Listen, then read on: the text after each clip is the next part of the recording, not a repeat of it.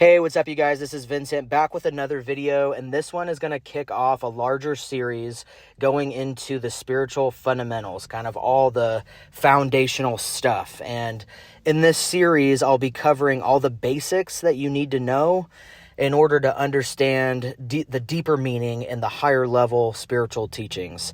I know I mentioned in the last video that I'd be doing a talk going into more depth about the singularity and the spiritual significance of that.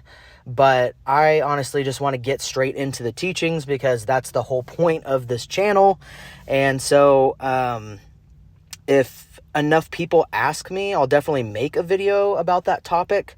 So if that's something that interests you, please leave a comment about it or send me a message. And without further ado, I'm just going to get straight into this video. So I'm going to start by laying out some ground rules and then defining some terms that I'm going to be using pretty regularly. Then I'm going to get into how spiritual consciousness starts, what that is, how it progresses as an objective process, and just the different stages that people go through over time. So the first thing that I want to establish is that in the spiritual world, we have a lot of terms that we use interchangeably, and they all point to the same concepts. But because people are isolated in their own belief communities, because they're life-changing, right? You get into these disciplines and they change your life, and it's like the greatest thing ever, and it is the truth for you, and you don't really feel the need to go out and look at these other systems because the thing that you happen to fall into is it, right?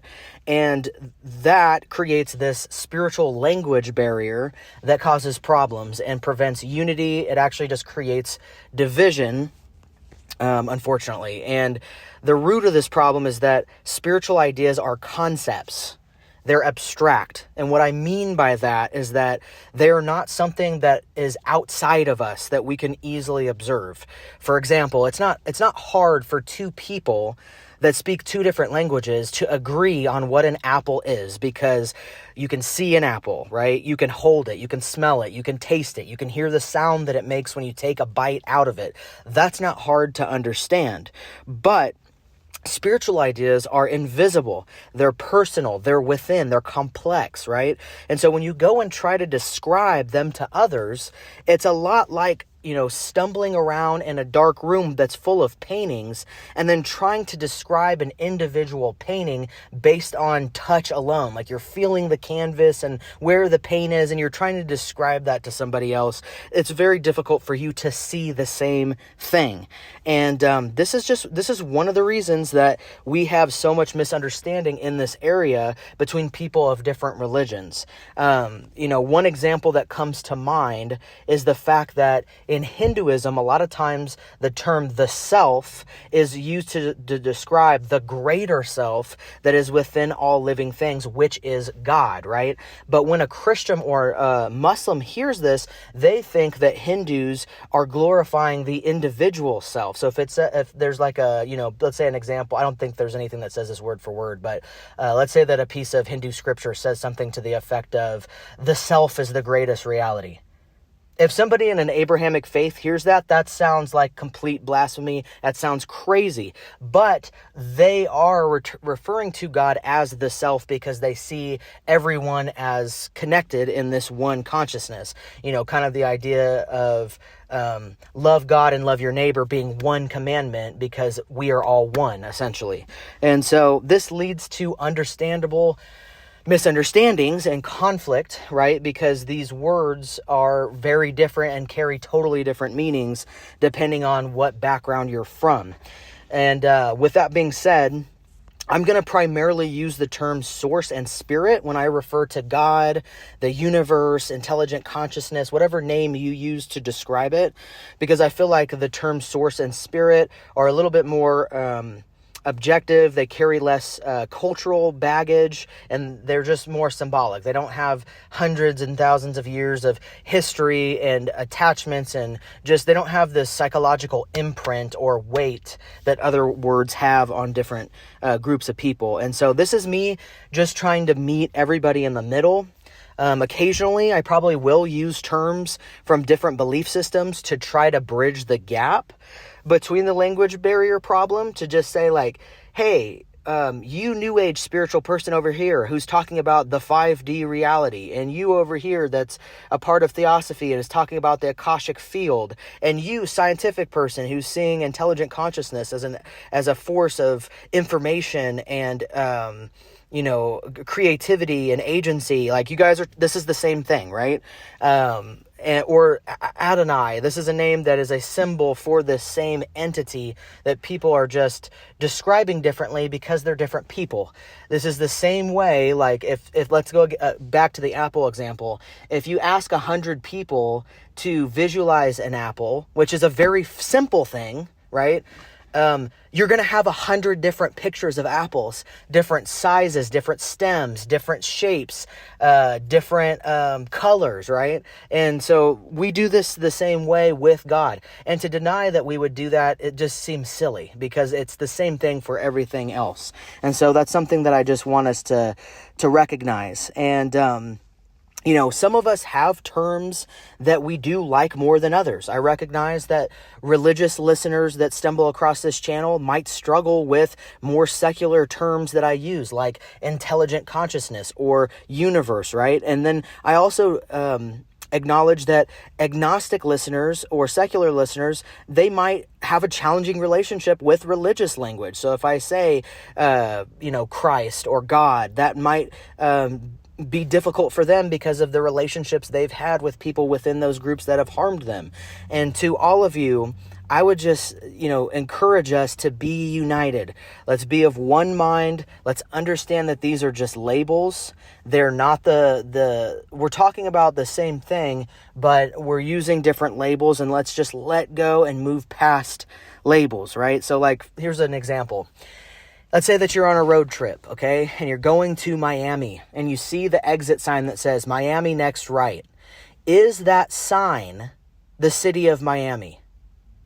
No, it is not the sign. It is not the city of Miami. And so we need to recognize that terms are terms, and the reality is the reality, and to move past terms so that we can be together. That's what's important. And so, anyways, with that being said, most examples that I'm going to be using to illustrate my points are going to come from the places where I am the most well-read. So that's going to be Christianity, the Bible, science, and spirituality. Because, like I said, I'm the most well-read in those areas, and that's what I kind of grew up on and what I'm the most familiar with. In particular, Christianity is the largest belief system in the world. The Bible shares many of the same stories that are in the Quran. The Quran just tells them from a different viewpoint, but, a lot of these like old school stories about Noah and the ark and so on, those are present in all of these Abrahamic religious texts. And so millions and millions and millions of people are familiar with these stories and familiar with these pieces of scripture.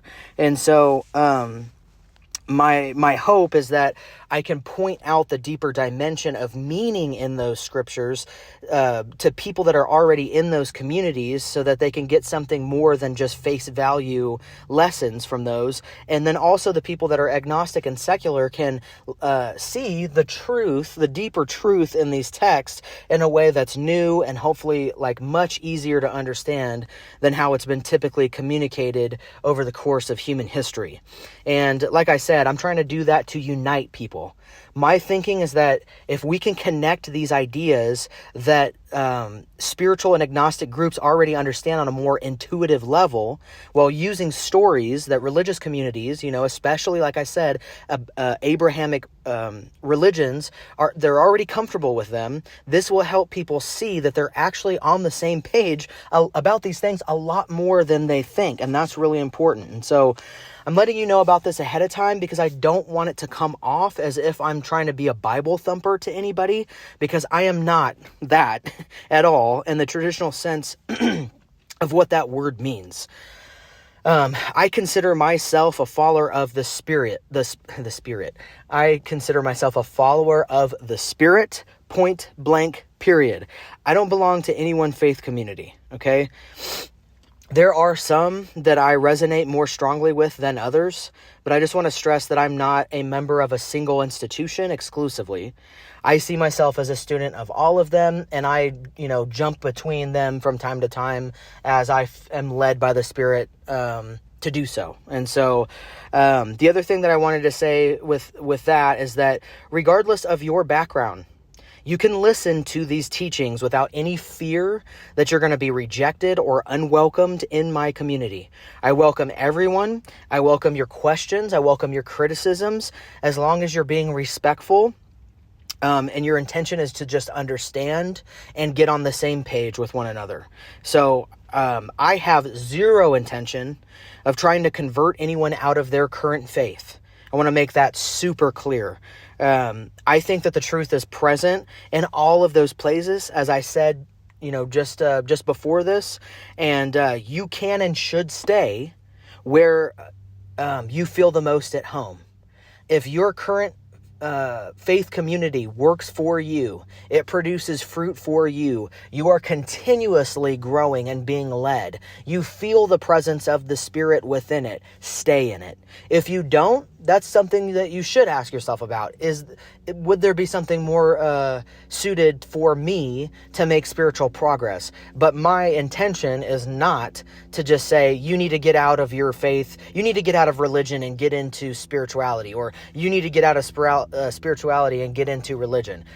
I'm not concerned with that. I'm just concerned about the actual underlying truth. That's it. And so I've been trying to communicate that in the clearest way and the most objective way that I can.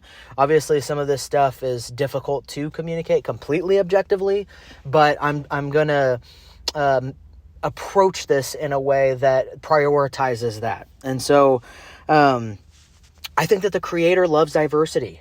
A few examples off the top of my head are, there's over 200 species of squirrels. I know that's random, but like 200 species.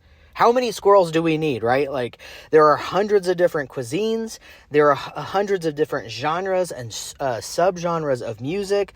There are all types of different crystal formations. Every different snowflake is individual and unique. And, we've got thousands of shades of color. So there are so many different examples of the source having great diversity in what it produces in the world. And so my belief is that the source has actually given us an abundance of spiritual food that we can enjoy and appreciate at the same table together if we want to be united with one another, especially if we understand, the deeper unifying message across all of them. And so, one other thing that I wanted to say is that I'll be using the name Yeshua or Christ instead of Jesus most of the time on this channel. I'm doing this because this is what his real name in his native language of Aramaic would have been. When we call him Jesus instead of Yeshua, it's like calling a guy named Jose Joe, right? And that's not right. So out of respect for him and his culture that he grew up in, I'm going to use that name. In Jewish tradition especially, names are incredibly important. And so most historians agree that it would have been Yehoshua or Yeshua for short. It's similar between the difference of, like Jacob and Jake. And so Yeshua is just kind of the shorthand version. But that's the name that this individual would have had. And so that's just something that I wanted to make clear, because I know people might be like, why is he always calling him Yeshua? That is why. Lastly, I'm going to be using the terms consciousness and awareness a lot, and I'm going to be using figures related to the map of consciousness, which is a tool that was developed by David Hawkins in 1995. I fully acknowledge the fact that David Hawkins has been criticized for some of the methods that he's used to measure consciousness in people. And, a lot of the critics essentially say that the methods that he made lacked scientific accuracy, and I do agree with that. we really haven't found a reliable and consistent way to measure the overall consciousness level of people at this point in history. There are some methods that seem like they're kind of in the ballpark. I'm not denying that some of his methods seem to have like some kind of credence and truth there, but it's just not scientifically confirmed in a way, like I said, that's consistent and reliable. And I do think that's going to be possible in the future. We just don't have that technology yet, but we are getting close because we can measure the electromagnetic field of the heart and the brain and how, certain states of consciousness or emotions affect those frequencies. And so we can kind of start to see that, but we don't have, like I said, a way to do that for someone's consciousness level in its entirety. And regardless of the scientific rigor behind that subject, I think that the map is useful as a symbolic tool to help quantify or just sort of put consciousness into certain boxes or categories so that we can understand one another when we're talking about people on different ends of the spectrum of consciousness, aka spiritual awareness. And so I'm going to use it as that tool. And so what is this map of consciousness that I'm talking about? I'll try to put an image of this up on the video so you can see what I'm talking about. But essentially, it starts at 0 and it goes all the way to 1,000. And states from 0 to 175 would be people who have a predominant state of shame, guilt, apathy, grief, fear, desire, just like that, wanting all the time, anger, and pride. And then from 175 to 400, you have a progression into courage, neutrality, willingness, acceptance, and reason. And those who are over 400 are in states of love, joy, peace, and enlightenment, with 1,000 at the very top representing a state of complete non-duality, which is basically ego death in its entirety, or being one with the source, one with the Father, which is incredibly rare, as we know, especially at this point in history. And so essentially a person's dominant emotional state and awareness levels define their overall consciousness. And a dominant emotional state we can think of as it's like our body's notification system of where we are at within our consciousness level. And so I want to clarify that the emotional state that I'm talking about are not transient emotional states that are changing all the time. The example that I thought of when I was first learning about this was, what about an individual with bipolar disorder that experiences these high highs of extreme energy and joy, but you can tell that their situational awareness is super low because they're saying things that have no basis in reality and so on. So how does that work? And the explanation there is that mania is an example of a temporary state, right? The emotional indicators above, these notifications that kind of tell us where our awareness level is, are based on prolonged states that basically endure over longer periods of time. No, there isn't a defined period of time by Hawkins in his work, but I would say that this is like a state that lasts for a month or more. So it's just something that's not changing every day or by the week or by just random events. This is like an overall summary of your emotional state. Like if you had to record your emotional state throughout the month and then come up with the average, that would be where you were at. So you could have moments of joy and peace and willingness and neutrality and all these things, but if most of the time you are in anxiety and paranoia and fear, then your consciousness level would actually be at that level. And so before I get into the next part of this, I want to summarize what we have been over so far. So number one, most of the time, I'm going to use source and spirit when I talked about God, intelligent consciousness, etc. But I'm sometimes going to use terms from other backgrounds. I'm going to use stories and quotes from a lot of different scriptures and disciplines, but most of those will be from Yeshua, the Bible, science, and spirituality in particular.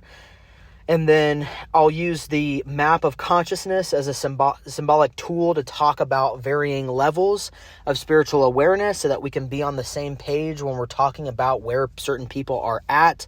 And I'll be calling Jesus, Yeshua, or Christ in my work because I want to be historically accurate and I want to pay respect to the culture that he grew up in and his actual name.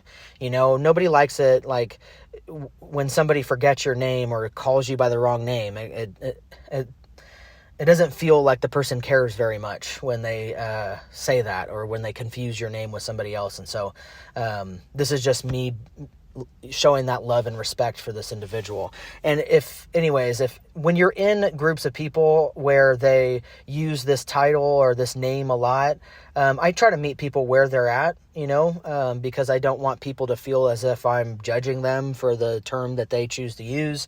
So this isn't a situation where I try to push my way of speaking about it over them. I might, put it in here and there to bring up the conversation just so that they know. But anyways, that's that. So we got all that out of the way. Those are kind of important distinctions that I want to make about my work and how I'm going to talk about certain things. And now I want to get into spiritual consciousness. What is it? Where do we all start? And how does it develop over time? Spiritual consciousness just means a general awareness or recognition of the fact that there is a spiritual world and there is something larger than us outside of us and within us. And it is measured in degrees of awareness. Some people can make out that there is an image, right? But it's blurry. So they don't see it so much, but they know it's there. And some people see it in high definition 1080p, right? But having spiritual consciousness means at the very minimum, you at least have a blurry view and you acknowledge there's something there. Many people are born into this world and start out completely unconscious. That is, they're unaware of the spiritual dimension of life, right? These are what religious communities usually refer to as people of the world or worldly people. These individuals are concerned with the self. That is the major teaching in pretty much every religion, is that the ego or the self is an enemy to God. It is its behaviors and thinking and the way that it operates is, not God's will. God's will is this higher will that is a connectedness, a unconditional love, and so forth. And so these people that are in the self or this unconscious level, they're primarily concerned with self-preservation, reproduction, and the gathering of resources to aid in their survival. And this has been the same from the beginning of human history when it was as simple as, food, water, and shelter. And it is today with cars and money and technology and so forth. It's the same instincts, different content. And so these people that are spiritually unconscious, they are concerned with being happy. They're concerned about feeling good, and they like things that are indulgent, like food, money, sex, drugs, alcohol, experiences, having fun. Not that spiritual people can't have fun, but I'm just trying to make the point that spiritually unconscious people just want to feel good, and that's what most of their behavior is directed to do. They want to be in the move away from pain, move towards pleasure mindset. And so they don't really have much awareness outside of themselves. They don't have awareness outside of their wants and needs.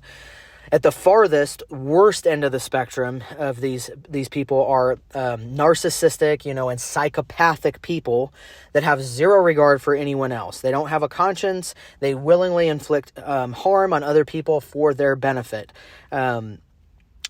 And best case are people that are well-meaning and naturally sort of have a higher level vibration and who they understand morality and they have a pureness to them, but they just don't realize that the guidance that they get comes from something outside of themselves. They think that they're the author of their own morality and their conscience is of their own creation, and any telepathic correspondence or thoughts that they receive or nudges that they get to take or not take certain actions are just a result of their own, well-developed intuition. It's all about them. They created that.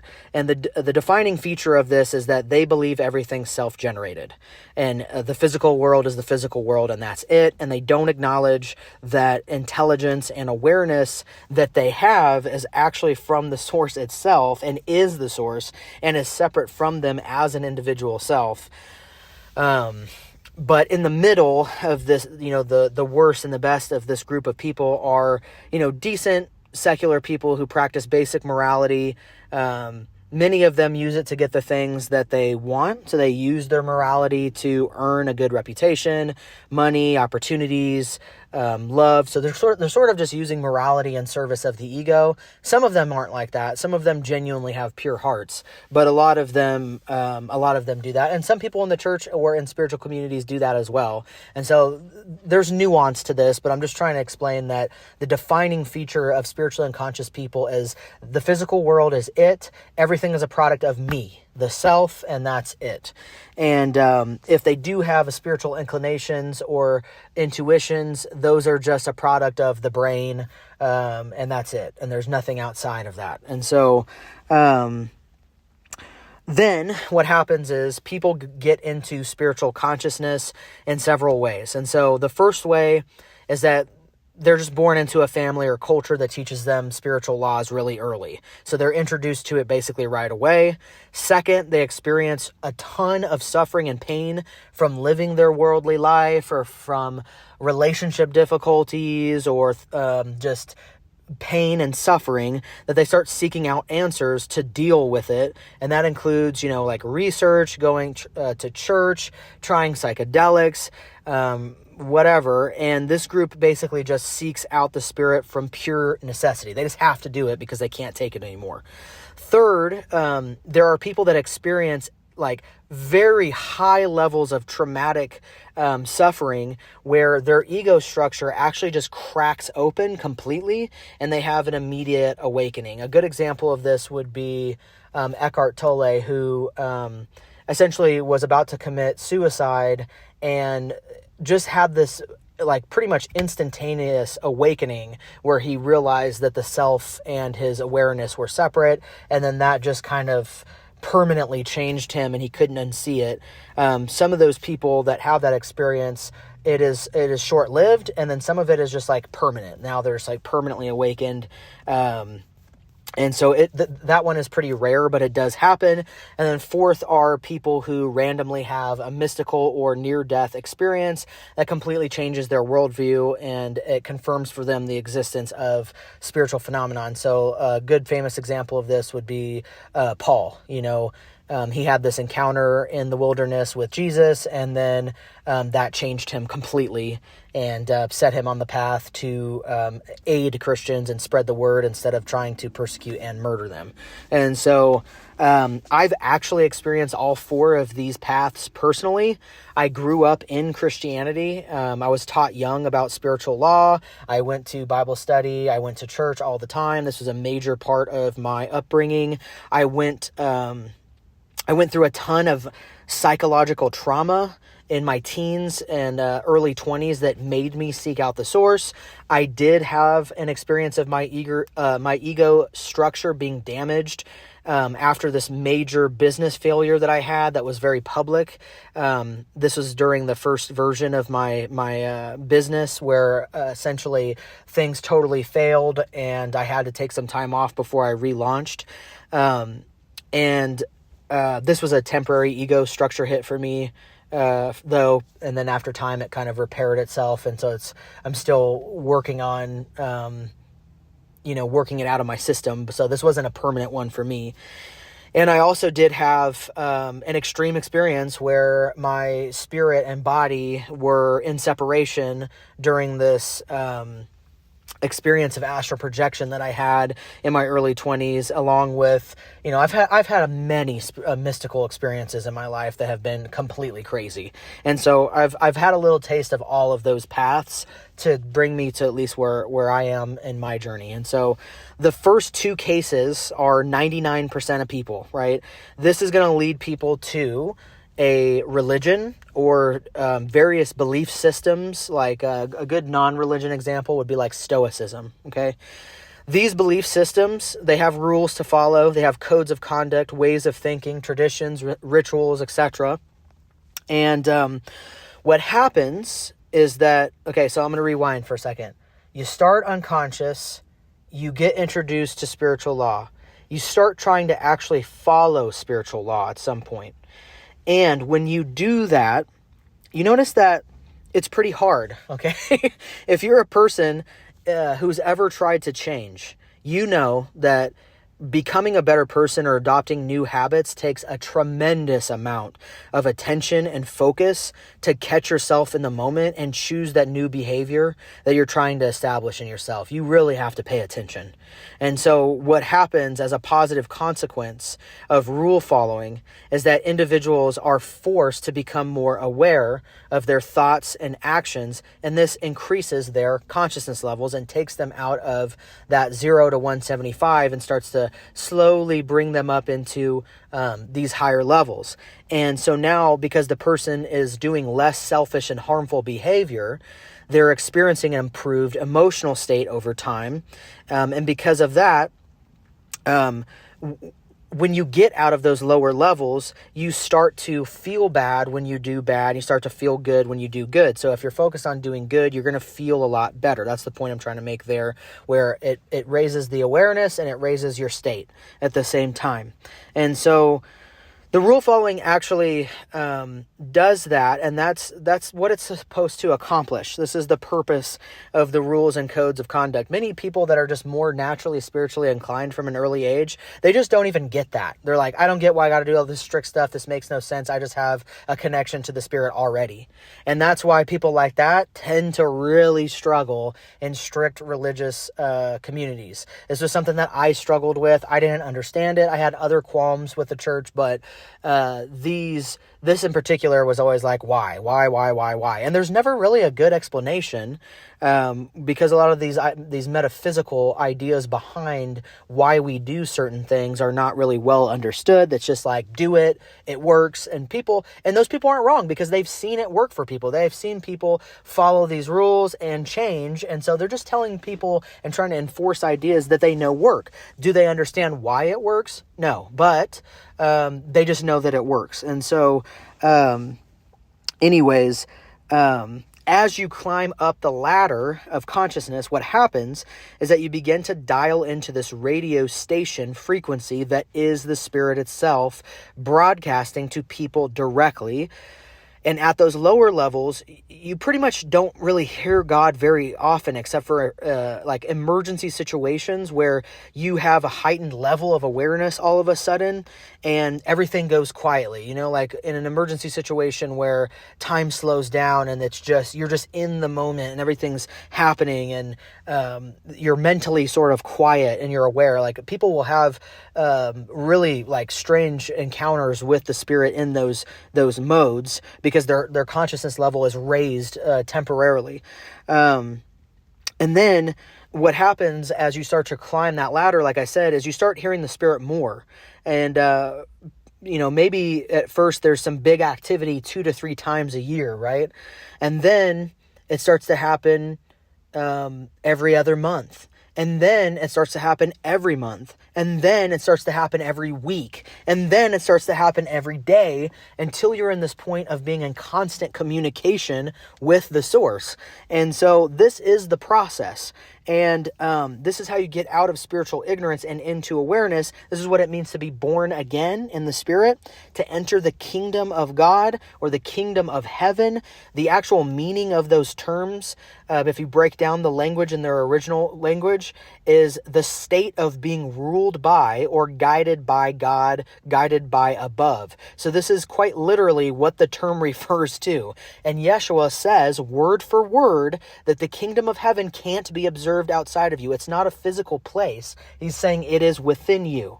Now, with me making that distinction, I want to be clear that that association is not me drawing the conclusion that there's no heaven in the afterlife. I think it's clear throughout the religions and hundreds of thousands of near-death experiences that the spirit is immortal. There is something after this life.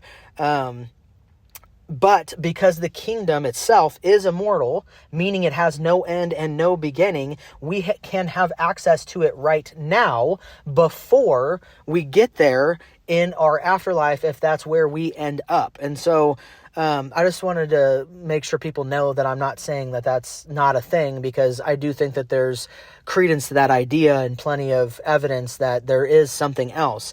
Am I necessarily convinced that there is a specific way and like all these details that people can know while we're here? I don't know. But I do know that there are a lot of different things in common that the various religions state. And so I'll get into that in a later time, but I do think that we can find the similarities and say, okay, what we do know at the bare minimum is A, B, C, and D. Everything else is conjecture. And so, anyways, the concept of starting and then moving past the initial stages of rules and regulation is captured really well. And Hebrews is a biblical example I wanted to give. It says, therefore, let us move beyond the basic teachings of Christ and be taken forward in maturity. Or solid food is for the mature who have trained themselves to distinguish between good and evil. So we're making a distinguishment, between different types of spiritual nourishment, and this kind of beginner level stuff is seen as a different form of nourishment, whereas solid food is for people that are of a different level. And so I actually think this is what is meant by Jesus when he said that he came to fulfill Moses' law and not to abolish it. The Christian church as an establishment has largely seen this as simply the fulfillment of prophecy, and that's kind of the focus of what that actually means. And I'm not really contesting that, but I also think that this is an acknowledgement by Yeshua that the rules and regulations established by the law of Moses produced this fruit of enhanced consciousness, which led to this direct relationship with the Father that was found in him, because he did it perfectly. And the one thing I always think about with this is there are 613 commandments in the law of Moses. I can't even imagine the level of awareness moment to moment you would have to make sure that you obeyed every aspect of the law in practice and in your heart. So it's just the fact that it was predicted in previous scripture that Christ would come is super, super important. Definitely not taking away from that. But I think this answer, it gives credence to the idea that spiritual progression is like a metaphysical process, and this hardcore devotion to these things and increase in consciousness is what produces Christ consciousness in individuals. Christ consciousness being defined as this thing that should be defined in all of us. This is what's meant by there's a scripture that says something to the effect of being of the same mind that was in Christ Jesus, right? That is super important, and I think that's what that actually means. And so there's a lot of, that's the cool thing about Yeshua, is a lot of times when he says things, they mean many different things at once. And it's amazing the depth of spiritual teaching that are in some of even the most simple words and so on. So, Yeshua also says in the Gospels that you have to be more righteous than the Pharisees in order to enter the kingdom of heaven. And the Pharisees were the most religiously strict people of Yeshua's day. So this clearly shows that it is not so much about being religious as it is about heart posture, intention, developing our spiritual awareness to reach this less traveled path.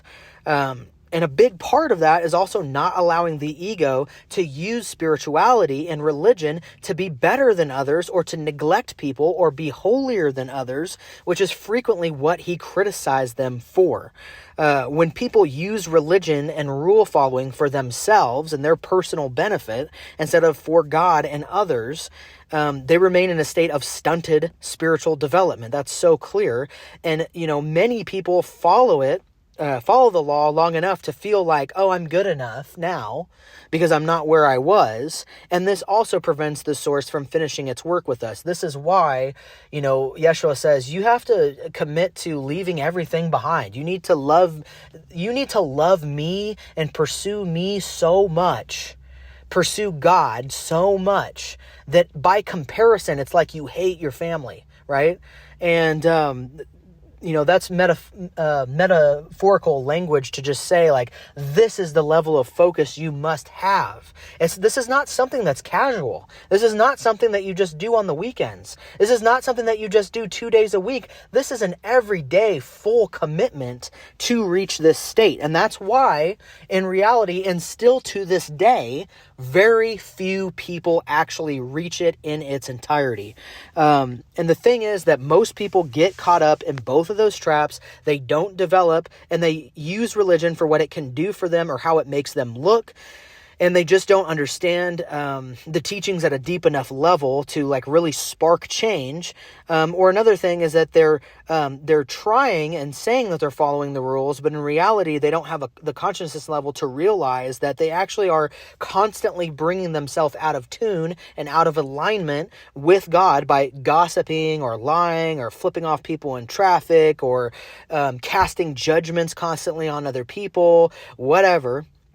And, they might receive correction by the Spirit occasionally on these things, but they don't have the day-to-day focus or devotion to really make that lasting transformation. And so they just stay in this state. I know plenty of people that have been lifelong members of religion that still to this day in their old age are judgmental, making comments about people's appearance, trying to tear other people down, and just, they don't even realize. They just don't know that they're still doing those things. And this is why the faith and devotion piece is so important, because it will, in the long run, produce the fruit of not engaging in those behaviors. And so, for those that do progress to higher levels and establish this clear and consistent line of communication with the source, you don't really have the same need for the structure required for those people at earlier levels, because you literally have zero desire to do certain things anymore. The temptation is just gone because your consciousness level has been raised. I saw this in myself with my own marijuana use in the past, for example. For some time, it was a great pain reliever. It created a calm effect. It quieted my mind, helped me to be in the moment more. But when I climbed past a certain consciousness level, I could just hear the Spirit encouraging me to stop using it, because I was using it to avoid processing my anxieties by actually taking action on the things that I needed to do in my life. I used this substance to kind of deal with those instead of actually doing what I was supposed to be doing. And the Spirit was trying to tell me that. And eventually I did start listening. And now, I thought I was going to be a lifelong smoker, okay? Really thought that for a long time. It was a huge part of my identity. But now you couldn't force me to use it. The desire completely fell away from me. But you're not going to see me telling others that they can't use it, because I know it's a pain relief for people at earlier levels. Yes, I do think they should work towards moving away from it. And if I think the person has the humility level to hear that, I might say that just to let them know I care and I love them, right? If I feel the Spirit if I'm seeing in them man, this person really needs to do this, I might do it if they're receptive. But the thing is, if the Spirit's already telling them to do that, and the Spirit's only going to tell them to do that if they're ready for it, right? And if the Spirit's telling them, or the source is telling them and calling them on this behavior, and they're not listening, what makes you think they're going to listen to you over God? Do you think that you have more of an impact than God itself. Like, this is why it's foolish to criticize people for certain behaviors. You need to let people, like, what's right for one person and what's wrong for another person, it is so different. And this is why the calling to be taught by the Spirit is really, really, really important, because a lot of these things on our spiritual path are super, super individual. And so anyways, there are things that are universally not good, right? But we just still don't judge people. That's up to God. We don't say things are good or bad. That's what it really means to not judge, is to just observe and say, oh, that person did that. And then you don't need to say that they're a bad person. You don't know what's going on. You don't know what communication is going on between God and that. You need to let God be the manager. There's a lot of people that try to be a micromanager of others, when it's like, yo, you are not the manager. You're not the manager. It's not your job. Your job is to be a good employee and listen to the manager when it comes to its direction towards you specifically, and let other people be managed by, it's a very equating yourself with God behavior in a lot of ways. There are certain circumstances, obviously, when people are harming others in a malicious way, where we need to step in as a community of believers in faith and in the source and try to help people. But the element of having a judgmental attitude behind it is the problem. So anyways, an example of this that comes to mind to just further illustrate this point is that there is a really good story about a student questioning Yogananda, who's one of my favorite Hindu yogis who came to America around 1920. The man asked him if he could drink or smoke if he became one of his students. He wanted to know if he could keep doing that. And Yogananda said, you can do whatever you want, but he couldn't guarantee that if the man studied with him, that he'd still have the desire to drink and smoke. And this is an excellent example of just how things shift when you develop this higher level of consciousness. This is what is meant by, in the end days, God's law will be written on their hearts. It doesn't say God's law will be written in this rule book that we have to blindly follow. I'm not negating the importance of Scripture. It is super, super important, and to all people in all different levels. But we need to understand that the primary thing here is getting to this point where we have the connection, and we can know and feel in our hearts the connection of, that brings us to unity with God, so that we can do its will on earth, right? And so this is another thing that kind of proved this, is that this is why that in every religion there are those on these certain levels that are very legalistic. They're authority based. They're judgment focused. They like to police actions and behaviors of other people. They're very calling people out. They're very confronting. They're very aggressive, right, in the way that they interact with their religion and spirituality. Then there are individuals that sort of oftentimes are produced out of those initial levels, where they become a lot more relaxed on that kind of rhetoric, and they move into the mystical branch of understanding. And this happens in every religion, right? In Christianity, it's the fundamentalist versus the Christian mysticism. In Islam, it is the Sunni and Shia groups versus the Sufis. In Judaism, it is the Orthodox groups versus the Kabbalah and the Hasidic traditions. In Buddhism, there's the Theravada versus the Zen tradition. And so the list goes on. This is present in pretty much every religion.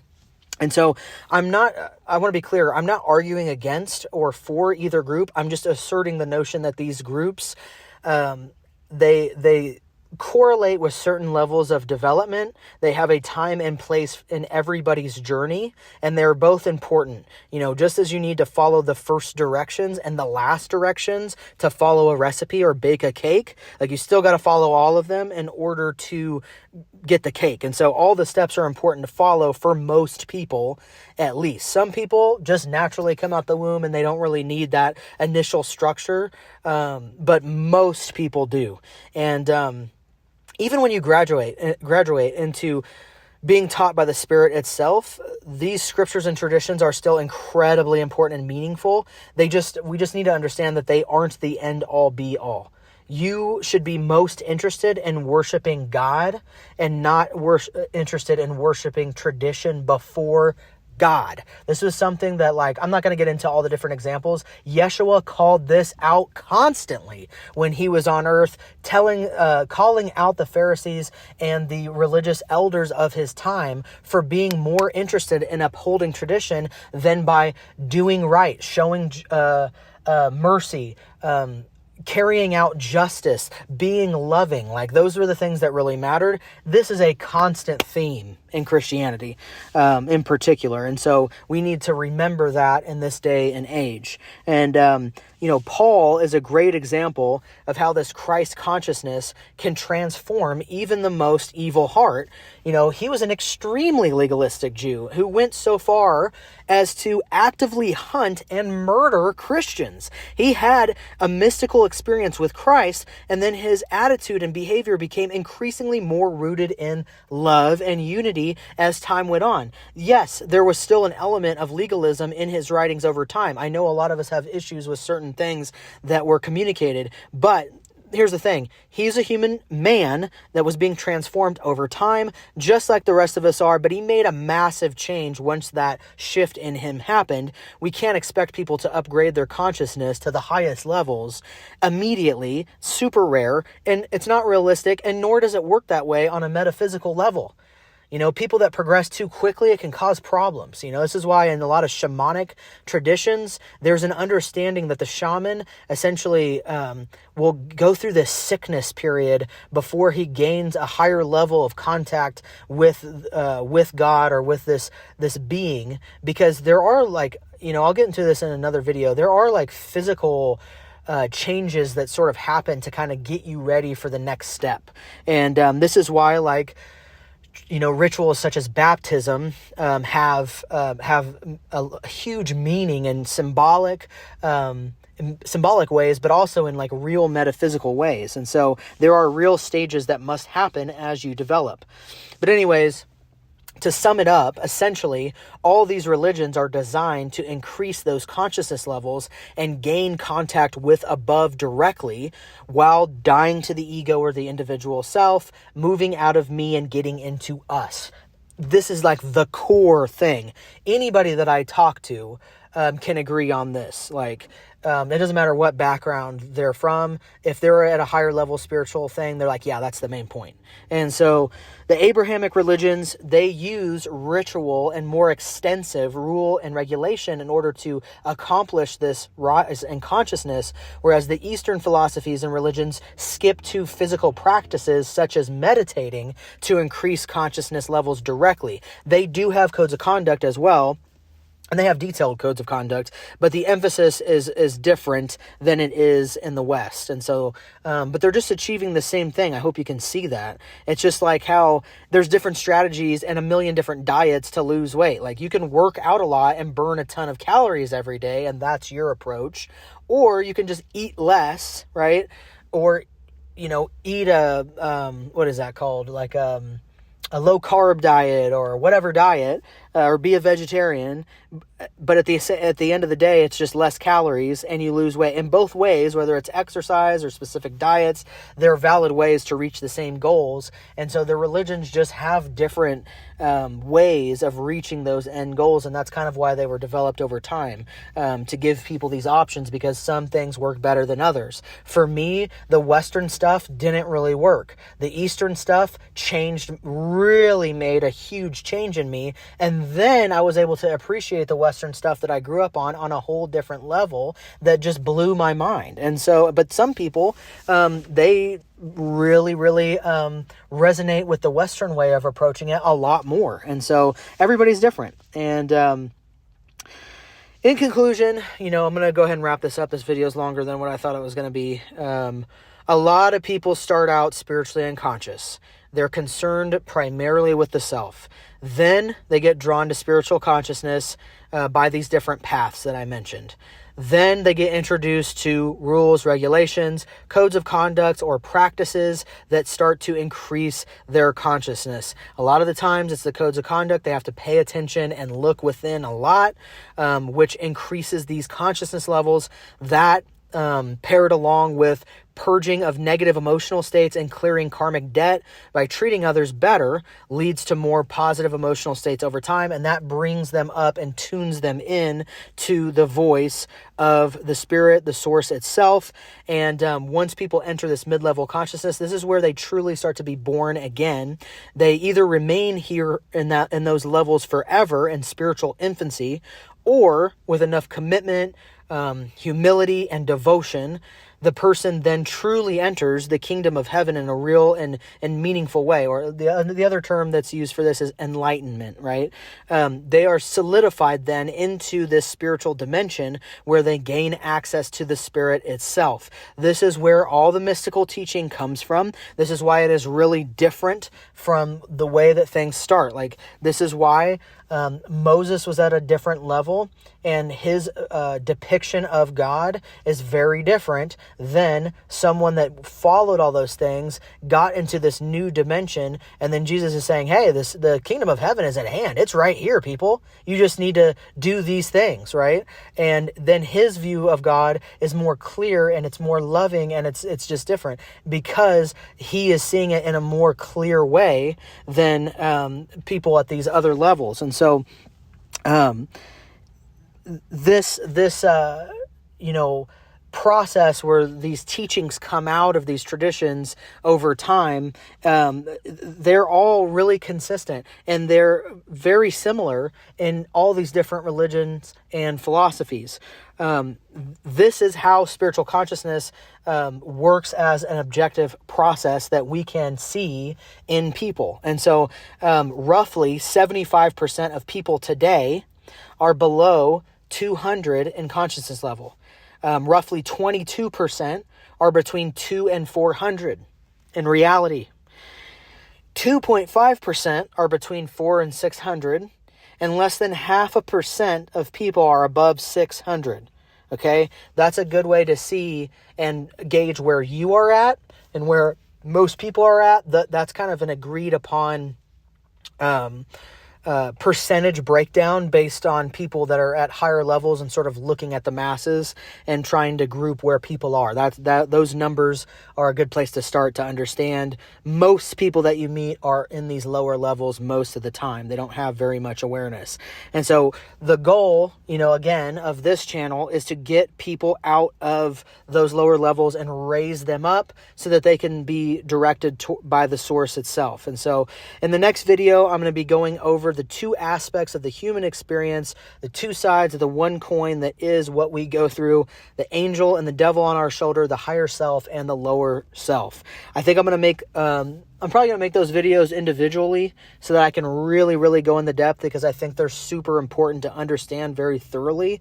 I'm probably going to start with the lower self and then go from there, just because I think it's a little easier to recognize for most people, in my opinion. And then we'll talk about ways after those two videos about how to increase your consciousness and so on.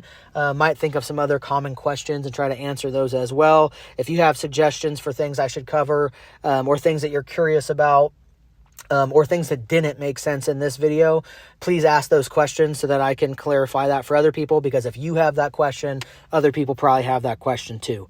If you made it all the way through, thanks so much for listening. I really do appreciate it. And I'd ask you to please subscribe if this really helped you, so that you don't miss future videos. Share it with others that you think will help. If you think it will help them. And let's work together to build a community of people that are committed to spreading the medicine and helping other people wake up. I love you guys so much, and I'm going to end this video with a modern version of Yeshua's prayer. If you're comfortable, I'd love to invite you to recite this along after me. If this isn't your thing, that's totally cool, and I will see you in the next video. Thanks so much for listening.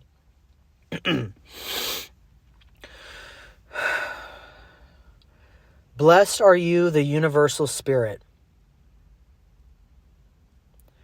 Provide for us what we need today. May your purposes be achieved on earth. Forgive us as we forgive others. Guide us away from temptation and protect us from evil. For you are the power, the glory, and the kingdom forever. Amen. Love you guys. Take care. I'll be back soon with the next video. Give me a week or two between these. I really try to think these through and brainstorm examples and